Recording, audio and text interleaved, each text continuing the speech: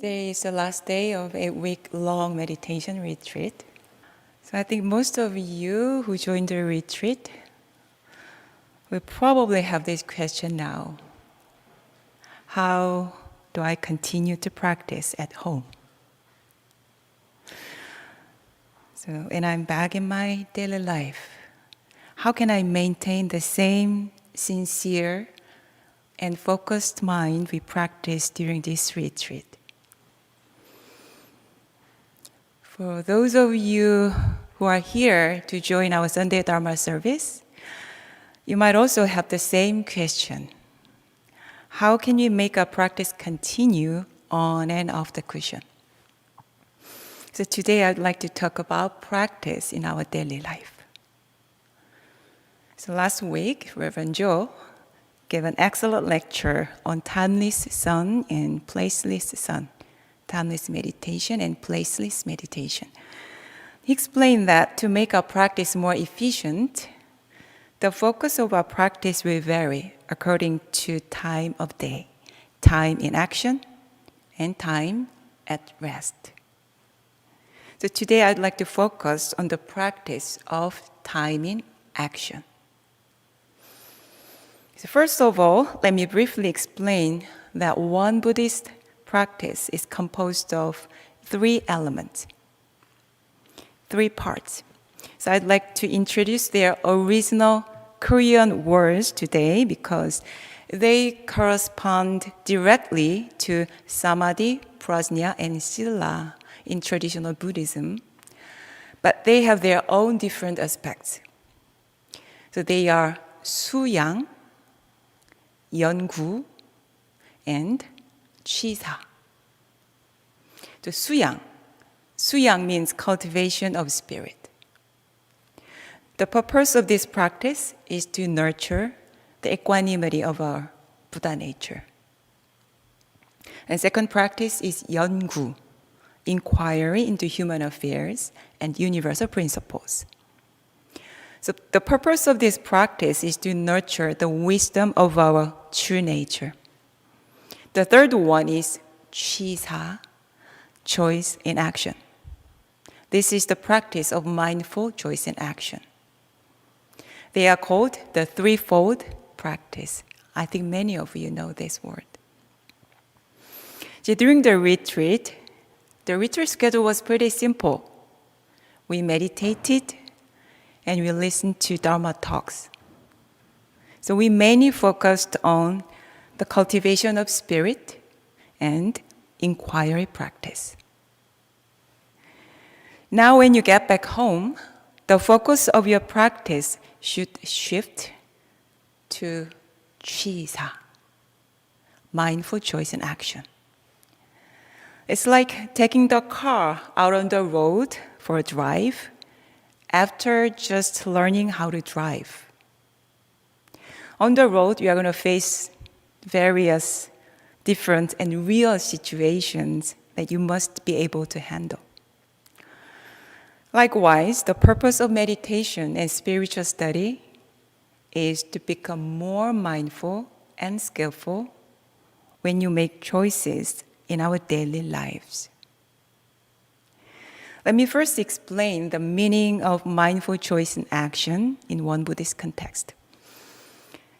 So, Chisa is the original word for mindful choice and action in one Buddhism. So chi means to take, sa means to abandon.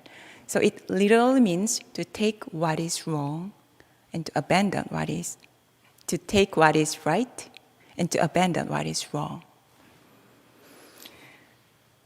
If I put it in an easier word, mindful choice and action means that you are acting consciously. The opposite words of acting consciously is acting on autopilot, reacting habitually, and reacting with an attached thought. So let's think about a few typical situations of this. When we have something we particularly like, we tend to make a wrong choice. For example, when there are foods that you like on the serving table, the one Dharma, then we tend to put more of those on the plate. So we put more than we eat, then we wind up throwing out the remaining food. Is it only me? Yesterday we had fried rice, it was very good. So again, I put a little more than I can actually eat. So this behavior occurs not only with food. Our innate, correct judgment becomes blurred when faced things we like or things we dislike. So when we have things we dislike, the same behavior happens. We tend to lose our right judgment and act accordingly. So think about it and see if you have these kind of triggers. This can be your children, or your spouse, your work, your pet, or it can be some other material things. Other situations can also lead us to make wrong choices in action, such as distraction and forgetfulness. So in this world full of technology, we can easily become distracted. So for example, how many times have you left your keys or cell phones somewhere? And how many times have you wondered if you turn off the oven or put out the candles after you go out? So you don't want to forget to do things you plan to do and you have to do. So these kinds of everyday activities also need our mindful attention with mindful practice. So practice should include all our everyday activities like this. This helps us to live our life better. Practice becomes our daily life, and daily life then becomes our practice. They are not separate. And habits also makes us act on autopilot. Habits include the first two, liking or disliking. And it also, forgetfulness can become something habitual. So let me talk more about habits. A large part of our daily activities is affected by habits and routine. So think of good habits and bad habits you have. What are the habits that will benefit you in the long run? What are the bad habits that bring a negative effect in your life?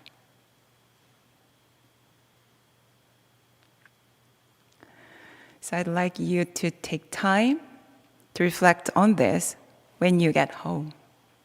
Sunday is a good day to do this.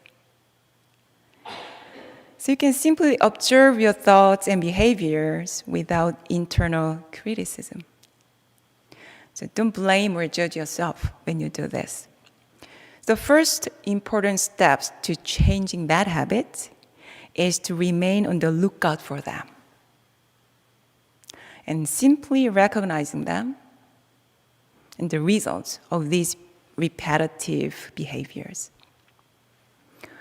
So first, pick one or two habits you want to work on. Then, this is important, then make a plan to do it. For example, I take a shower as soon as I get back to my room at night after work. So this is one of those things I try to be mindful of. So I usually feel tired at night, so which can make me spend my evening idly, sitting in my recliner chair and watching YouTube. And sometimes I just crash out. So taking a shower makes me feel refreshed and helps me complete my evening routine. This is easier than making resolutions, such as spend time productively at night or meditate every night. And it is more powerful. So if you want to practice mindfulness in action, choose the habits that you want to cultivate and write it down. Make it concrete. Include when. I remember Jinjo Gyomunim once said that when she gets a new item, do you remember that? She gives something away, right? So if one in, then one out. So this is clear and easy. So even simpler than deciding I'm going to practice minimalism. So when you practice mindful choice and action this way, so keep in mind that you are practicing to change the pattern of your behavior. So therefore, to continue this practice for a long time, it matters than to make a single success. So let me introduce another kind of mindfulness item that I'm practicing these days. If you are aware of some patterns of your mind that is behind the pattern of your behavior that you think is not beneficial to yourself, then you can make it a signal to practice of your new behavior. So let me explain this. So in my case, I recognize that I tend to procrastinate just little things like sending an email or organizing receipts and so on. So I feel like there are other things that are more important, which is not always true. So sometimes those things I procrastinate are important things that need to be done at the moment. So maybe I just don't like those tasks. So what I noticed is I tend to let my mind wander and get distracted, not really being at the moment when I procrastinate things.